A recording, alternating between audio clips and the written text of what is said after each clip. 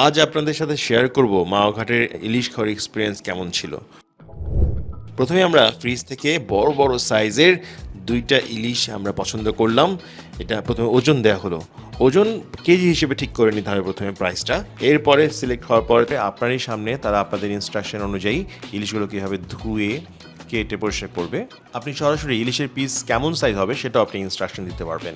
পাশাপাশি আমরা কিছু বেগুনও এখানে অর্ডার করেছিলাম। বেগুন ভাজি আর ইলিশ মাছ ভাজা, এটা তো দারুণ মজা।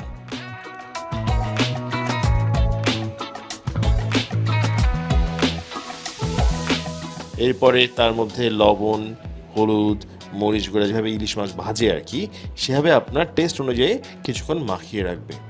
মাখিয়ে রাখার কিছুক্ষণ পর এটা আপনার কিনে দেওয়া যে সরিষার তেল, সেই সরিষার তেলের ফ্রেশ সরিষার তেলেই ভেজে এটা আপনার সামনে সার্ভ করবে। আর বিশেষ করে এখানে ইলিশ মাছের যে লেজটা থাকে, এটা কিন্তু দারুণ মজা বন্ধুরা। ইলিশ মাছটাকে তারা আলাদা করে বেছে এভাবে ভর্তা তৈরি করে, যে ভর্তা দিয়ে গরম গরম ভাত খেতে যে এক্সপিরিয়েন্স, দারুণ লাগবে।